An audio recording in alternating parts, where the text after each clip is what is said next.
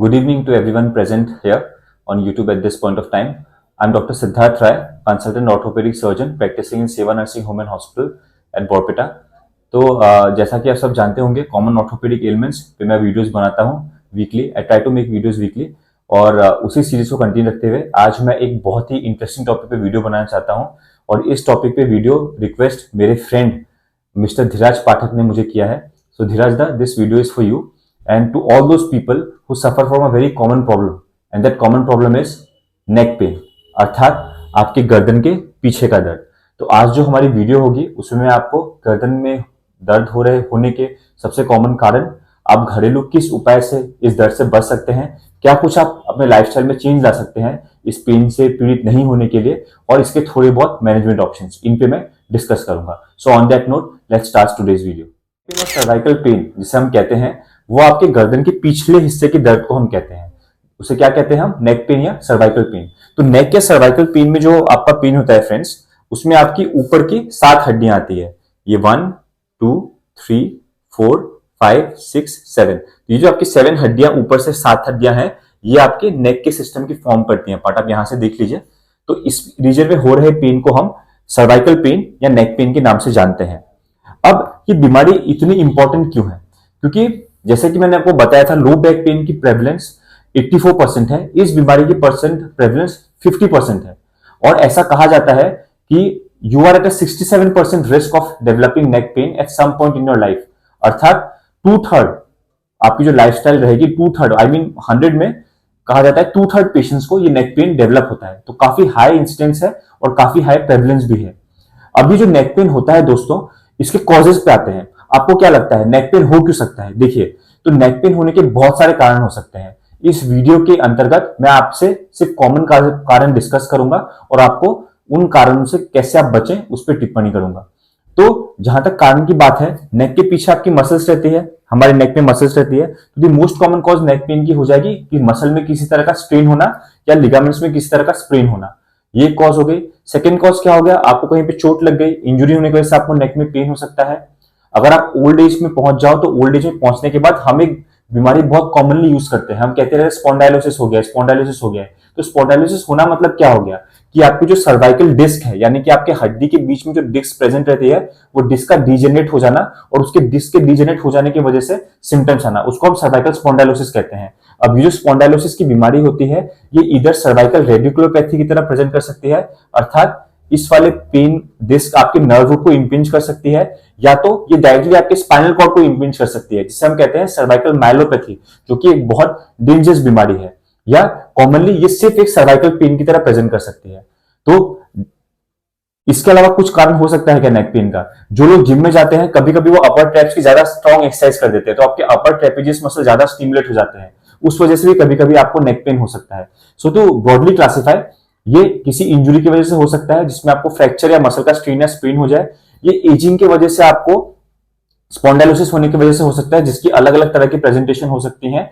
या कभी कभी, बहुत rarely, can also result from systemic diseases like rheumatoid arthritis, यानी कि जिसे हम बात बीमार बोलते हैं या तो गठिया रोग बोलते हैं, उसमें भी आपकी सर्वाइकल स्पाइन इफेक्ट हो सकती है. इन्फेक्शन, ट्यूमर, कैंसर, ये सब काफी रेयर कॉजेज है नेक पेन होने के. तो ये सब सारी चीजें जो मैंने आपको बताई, नेक पेन के सारे कॉजेज, ये सब जानने के बाद आपको इस चीज में कहां पे सिग्निफिकेंस ढूंढनी है. क्योंकि मैं आपको कुछ चीजें बताता हूं, कुछ प्रैक्टिस बताता हूं विच प्री डिस्पोजेज अस, जो कि हम सब अपने नॉर्मल लाइफ में हमेशा करते हैं, और ये सब काफी गलत प्रैक्टिसेस है, जिस वजह से हम नेक पेन होने के लिए इतने प्रोन हो जाते हैं. सबसे पहली हैबिट क्या हो गई? गलत पोजिशन में सोना या गलत पिलो यूज करना. कोई लोग रात में एकदम हाई पिलो यूज करते हैं और पूरी रात उसमें मोबाइल देखते रहते हैं. तो आपकी ये देखिए, आपकी जो नॉर्मल नेक की कर्वेचर होती है वो इस तरह से लॉर्डोटिक होती है. लॉर्डोटिक अर्थात वो आपकी लंबर स्पाइन की तरह सी शेप कर्वेचर में एक रहती है. तो अगर आप सोचिए, अगर आप रात में उठ के ऐसे मोबाइल देखते रहेंगे तो वो जो नॉर्मल कर्वेचर रहेगी वो over a period of time उसके ऑपोजिट में काम करेगा, राइट? और वेयर एंड टेयर होना बहुत ही नेचुरल हो जाता है. सेकेंडली, हम ये कहते हैं कि जो लोग जिम में जाते हैं, जैसे कि मैंने बोला कि जिम में अगर आप एक्सरसाइज करते हैं और रॉन्ग तरह से एक्सरसाइज करते हैं, जिसमें आपके नेक में ज्यादा प्रेशर पड़ता है, उसमें भी अपने आप को आप नेक पेन होने में प्रोन कर देते हैं. ठीक है? There is something known as text neck syndrome, यानी कि अपने मोबाइल को निरंतरित इस तरह देखते रहना, नेक को फ्लेक्शन की पोजीशन में रहने के लिए, ये एक बहुत इंपॉर्टेंट कॉज है हमारी यंग जनरेशन में नेक पेन होने का। एंड लास्टली मैं बोलना चाहूंगा all the white collar jobs, white collar job मतलब आप डेस्क पे बैठे हो, आपके सामने एक लैपटॉप डेस्कटॉप जो भी है, आप बैठ के टाइप कर रहे हो, आपकी नेक कॉन्स्टेंट इस पोजीशन में है। तो ये सब सारे कारण है कि नेक पेन की इंटेंसिटी या इसकी फ्रीक्वेंसी, आप ये कह लीजिए इसकी इंसिडेंस प्रेवलेंस इतनी बढ़ रही है और एपिडेमियोलॉजिकली ये बीमारी इतनी सिग्निफिकेंट हो गई है। अब देखिए वेयर एंड टेयर होना, एजिंग का काफी नेचुरल प्रोसेस है, ये सबको होता है, पर बहुत सारे केसेस आजकल इन सब रॉन्ग प्रैक्टिस की वजह से हमारे पास आ रहे हैं। तो जब भी हमारे पास कोई पेशेंट नेक पेन लेकर आता है, हमारी क्लिनिकल अप्रोच कैसे रहती है पेशेंट को देखने में, तो आजकल अभी जो लेटेस्ट कंसेंसस हमारे पास अवेलेबल है, हम उस नेक पेन में क्या करते हैं, हम पेशेंट को 4 ग्रुप्स में डिवाइड करते हैं। ठीक है, तो ये नेक पेन कैसे कैसे तरह से प्रेजेंट कर सकता है, उसी के बेसिस पे ग्रुप बनी हुई है। तो number 1 category is neck pain associated with limitation of movement, यानी कि आपके गर्दन के दर्द के साथ आपकी गर्दन की मूवमेंट थोड़ी सी रेस्ट्रिक्टेड है, मतलब आपको मूवमेंट करने में प्रॉब्लम आ रही है। सेकेंडली, आपकी neck pain is associated with any mobility, I mean movement impairment, यानी कि अगर आपको नेक पेन होके रखा है तो आपको हाथ में या उंगली में या आपको कोऑर्डिनेशन के मूवमेंट्स में थोड़ी बहुत प्रॉब्लम आ रही है, तो that is second category of neck pain, that is neck pain associated with impairment of coordination और movement. And the first category was neck pain associated with motor deficit, या आप ये समझ लीजिए neck pain associated with mobility deficit, जिसमें आपकी नेक की stiffness होने की वजह से आपको नेक पेन में नेक मूवमेंट करने में प्रॉब्लम है। Third category is neck pain associated with radicular pen, यानी कि अगर आपके डिस्क ज्यादा डिजेनरेट हो जाए या डिस्क का कोलैप्स हो जाए और आपके नर्व के ऊपर प्रेशर पड़े तो वो पेन पूरे आपके हाथ तक, अंगुली तक आ सकता है, उसे हम कहते हैं सर्वाइकल रेडिकुलोपैथी, अर्थात neck pain that is associated with radicular pen.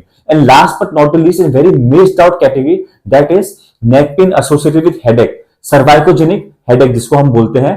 तो ये एक बहुत ही मतलब आप कह लीजिए अंडर डायग्नोज कंडीशन है, क्योंकि कभी कभी पेशेंट अपने हेडेक के लिए बहुत लोगों को कंसल्ट कर लेते हैं, बहुत सारे टेस्ट करा लेते हैं, बट द मेन प्रॉब्लम कहां रहती है, उनकी सर्वाइकल स्पाइन में, जिस वजह से उनको हेडेक हो रहा है। और ये generally upper level of the cervical spine जो रहती है आपकी C1 C2 हो गई, C2 C3 हो गई, उसमें अगर आपकी स्पॉन्डाइलोसिस की चेंजेस हैं तब आपको हेडेक हो सकता है। और आप सब सारे समय सोचते रहोगे मेरे को इतना हेडेक हो क्यों रहा है, और सारा इन्वेस्टिगेशन आप कराओगे, आंख से लेके दिमाग तक सब कुछ कर लोगे, और लास्ट में आके कॉज आपको कहां मिलेगा, आपकी सर्वाइकल स्पाइन में। तो friends, this is generally our clinical approach whenever we find a patient who's suffering from neck pain. We try to group his symptoms into either of these 4 categories. And once we have done that, जब ये clinical diagnosis बन जाता है तो हम कभी कभी क्या करते हैं, अपने डायग्नोसिस को कंफर्म करने के लिए हम कुछ इमेजिंग का हेल्प लेते हैं।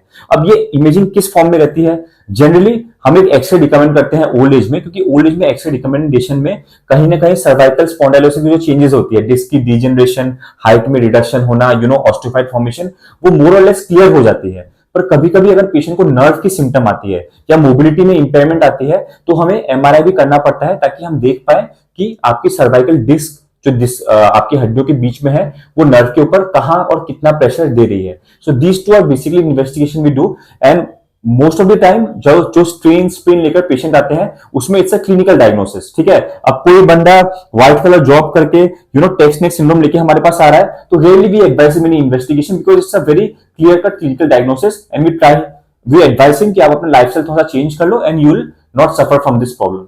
ठीक है, तो अब देखिए how do we manage this case. अब आपको जब एक बार नेक पेन हो चुका है, ठीक है, और पहली बार आपको नेक पेन हुआ है, तो it's a very simple thing कि आप थोड़ा सा गर्म कपड़े से वहां पे सेकिए।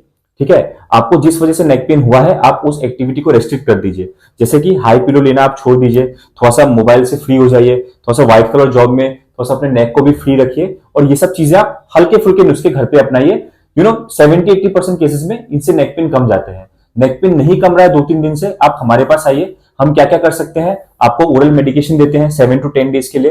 कभी कभी एक सर्वाइकल कॉलर आपने देखा होगा बहुत लोग यूज करते हैं, वो देते हैं आपकी नेक को इमोबिलाइज करने के लिए। और किसी किसी केसेस में जब पेशेंट्स को काफी स्टिफनेस रहती है नेक में, जो मैंने पहली कैटेगरी आपको बताई, नेक pain associated with mobility impairment, right, या रिजिडिटी, तब हम फिजियोथेरेपी में सर्वाइकल ट्रैक्शन का यूज करते हैं नेक पेन से रिलीफ पाने के लिए।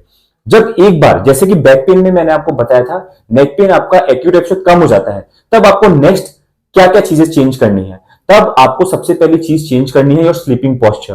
ठीक है, you need to have a cervical pillow. These days the concept of using low pillows is kind of redundant. आप एक सर्वाइकल पिलो यूज कीजिए, आपकी नेक के कर्वेचर को एकदम अच्छे से वो मैच करती है, and that is the best thing you can use. मैं खुद पर्सनली इसको यूज करता हूं, so I recommend it to all of you. It is one of the best things that I would say as far as आपकी questions concerned है वो है, तो that is using a cervical pillow. Secondly, be very cautious in your gym. ठीक है, ऐसी exercises जो आपके नेक के मसल को स्ट्रेन करें उन पे आप कम फोकस कीजिए और उनको जितना हो सके उनको अवॉइड कीजिए, unless and until you are a body builder. Thirdly, आप व्हाइट कॉलर जॉब और ये टेक्स्ट नेक सिंड्रोम से बचिए। ठीक है, अगर आपकी जॉब वारंट करते हैं कि आप एक जगह पे बहुत देर तक बैठे रहें, काम करते रहें, ये करते रहें, तभी भी आप इस बीमारी को अपने ध्यान पे रखिए। और अगर आपको थोड़ा बहुत प्रॉब्लम हो रहा है, then take precautions to prevent them. What will be the best precaution once you have developed a neck pain? और अगर आपको डेवलप नहीं हुए पर फिर भी आपके सारे रिस्क फैक्टर्स हैं, you are in a white collar job, you are prone to text necks, I mean text neck, आपको पता है आप ये सब ज्यादा यूज करते हो, तो आप क्या कर सकते हो, आप अपने गर्दन की ये जो पीछे की गले की मसल्स रहती हैं उसमें आइसोमेट्रिक नेक एक्सटेंशन की एक्सरसाइज कर सकते हो। ये एक्सरसाइज बेसिकली आपकी नेक के पीछे की जो मसल्स रहती हैं उनको स्ट्रॉन्ग कर देगी and it will lessen and minimize the chances future में आपको सेम बीमारी होने की। तो this is one thing that you can do and practice at your home. अब जब नेक पेन हो गया, आपको मान लीजिए कम गया, आपने ये सब चीजें अडेप्ट कर ली, well and good. This is what happens in 90 to 95% of the cases. Unfortunately 5 to 10% cases में या इधर उनकी बीमारी ऑनसेट में इतनी सीवियर हो जाती है, जिम में कभी कभी बहुत इतना हैवी वेट उठा के आ जाते हैं कि उनकी पूरी डिस्क बल्ज होकर प्रोलैप्स हो जाती है। ठीक है, या कभी कभी ऐसे लोग भी आ जाते हैं हमारे पास जिनकी बीमारी इतनी लॉन्ग स्टैंडिंग हो जाती है कि उनका रूट पेन क्रॉनिक हो जाता है। तब कभी कभी इन पेशेंट्स में हमें सर्जरी करने की जरूरत पड़ती है। और किस तरह की सर्जरी हम नेक पेन में यूजुअली करते हैं, हम लोग या तो दोनों वर्टिब्रा को उसके बाहर उसके डिस्क को निकाल के फ्यूज कर देते हैं, यानी कि दोनों हड्डी को हमने इस तरह से फ्यूजन कर दिया, जोड़ दिया दोनों हड्डी को, जिस लेवल पे प्रॉब्लम है एमआरआई करने के बाद। उससे क्या होगा, आपकी नेक की मूवमेंट उस जगह पे रेस्ट्रिक्ट हो जाएगी और आई मीन सारा पेन आपका खत्म हो जाएगा। पर ये सर्जरी जो है सर्वाइकल फ्यूजन हम ओल्ड एज में करते हैं। क्यों? क्योंकि जब हमने आपकी दो हड्डी को फ्यूज कर दिया तो हड्डी जो ऊपर में है और जो हड्डी नीचे में है उन दोनों हड्डी में मूवमेंट ज्यादा होगा, उसमें स्ट्रेन ज्यादा पड़ेगा and they will be more prone to wear and tear. इसलिए अगर कभी कभी कोई यंग पेशेंट हमारे पास आता है, आप लोग ने भी शायद सुना हुआ होगा कि यंग पेशेंट में सर्वाइकल फ्यूजन हम रिकमेंड नहीं करते हैं। What do? We go for a cervical disc replacement, ताकि हम एडजेसेंट मोशन, आपकी जो एडजेसेंट डिस्क स्पेसेस है उसमें वेयर एंड टियर को प्रिवेंट कर सके। एक फ्यूचर के बारे में सोचते हुए हम ये सर्जरी एडवोकेट करते हैं। But as I said, it is rarely indicated and अगर आपको सर्जरी की जरूरत पड़ रही है, I will just say you are very unfortunate और you are very very ill informed. ठीक है, तो इस वीडियो को आपको बताने का, बया बनाने का एक ही मतलब था कि I personally know many people, many friends, और मेरे साथ खुद भी before I had knowledge about all this, मैं काफी बार ये नेक पेन हॉस्पिटल में रहते हुए, गलत पिलो यूज करते हुए, बहुत ही नियंत्रित मोबाइल यूज करते वक्त या लैपटॉप में बैठे हुए बहुत बार नेक पेन फील किया। पर हम इन सब चीजों को काफी इग्नोर करते हैं, क्योंकि यूजुअली जो नेक पेन मैंने आपको बताया स्ट्रेनर स्पिन की वजह से होता है और आप उसको इग्नोर कर देंगे। पर अगर ये चीज आप बार बार इग्नोर करते रहेंगे और आप एक हेल्दी हैबिट नहीं लाएंगे अपने नेक पे, तो क्या होगा, over a long period of time ये कहीं ना कहीं जाकर आपके डिस्क को इन्वॉल्व करेगी and you will be more prone to develop cervical spondylosis और ये कंडीशन क्रॉनिक हो जाएगी। ठीक है, तो इस वीडियो के माध्यम से आपको यही हेल्दी नेक टिप्स देने के मेरे ये थे। I hope you will remember all of them. ठीक है, I have spoken in detail about जो चीज आपको जाननी चाहिए। अपने तरफ से आप जितना कुछ कर सकते हैं कीजिए। फिर भी अगर बीमारी लक में नहीं है या एजिंग की वजह से आपको हो, तो उसके लिए we are always there to consult you. पर जैसा कहते हैं ना, खुद के पांव पे खुद से कुल्हाड़ी मत मारिए। अगर आप कुछ चीज गलत कर रहे हैं तो उसे आज ही सुधारिए, अभी सुधारिए, क्योंकि आज आपका एक छोटा सा लाइफस्टाइल एडजस्टमेंट आपको बाद में एक मेजर सर्जरी से बचा सकता है। So with that note and with that message, I'd like to end up this very interesting and I would say important talk on neck pain. It is very prevalent, friends, and it's very very common. और इसकी incidence as always low back pain की तरह काफी increase पे है। ठीक है, neck pain and low back pain are one of the most common causes जिसकी वजह से people seek premature retirement and they are absent from their work. तो take care of your body, don't become a part of the group of people who contribute to the economic burden of our country. क्योंकि अगर आप absent होगे काम से तो obviously आपका output कमेगा, हमारी कंट्री की आउटपुट कमेगी। तो don't be a part of it, don't become a candidate for premature retirement. Take care of your neck muscles, take care of your back muscles, say yes to physiotherapy, say yes to good practices, and yes, कुछ भी चीजें होने की वजह से जिसमें आपको doubt हो, you can always go for a consultation. But please don't ignore this. और मैं एक छोटा सा बात इस वीडियो को एंड करते हुए आपको बताना चाहूंगा कि जो स्ट्रेन और स्पिन होती है उसमें हर जगह पे कुछ अलग अलग प्रैक्टिसेस बहुत कॉमन रहते हैं। हमारे बोरपेटा में क्या कॉमन है, जहां पे मैं रहता हूं, कि जब किसी को गर्दन का दर्द होता है तो वो अपने जो पिलो रहते हैं उसको बाहर में धूप में सेक देते हैं, आई मीन रख देते हैं, और रखने के बाद वो दोबारा जब आके उस पिलो को यूज करते हैं तो उनका पेन इनवेरिएबली कम जाता है। ठीक है, and that is one myth that people carry on. अब वो पेन आपका कमता क्यों है? क्योंकि मोस्ट कॉमनली वो नेक पेन आपका स्ट्रेनस पेन की वजह से हुआ है, यहाँ के मसल्स या लिगामेंट्स में। तो अगर आप उसमें हॉट फॉर्मेंटेशन दोगे, जैसे कि मैंने आपको पहले ही बताया है, इट विल वर्क वंडर्स, और वो चीज तो कम हो जाएगा। बट दैट, इसका मतलब ये नहीं है कि आपकी अंदर की बीमारी ठीक हो गई या फिर से वही प्रैक्टिस दोबारा कर लो। ठीक है, तो सिर्फ पेन कम होना आपकी अंदर की बीमारी को क्योर नहीं करता है।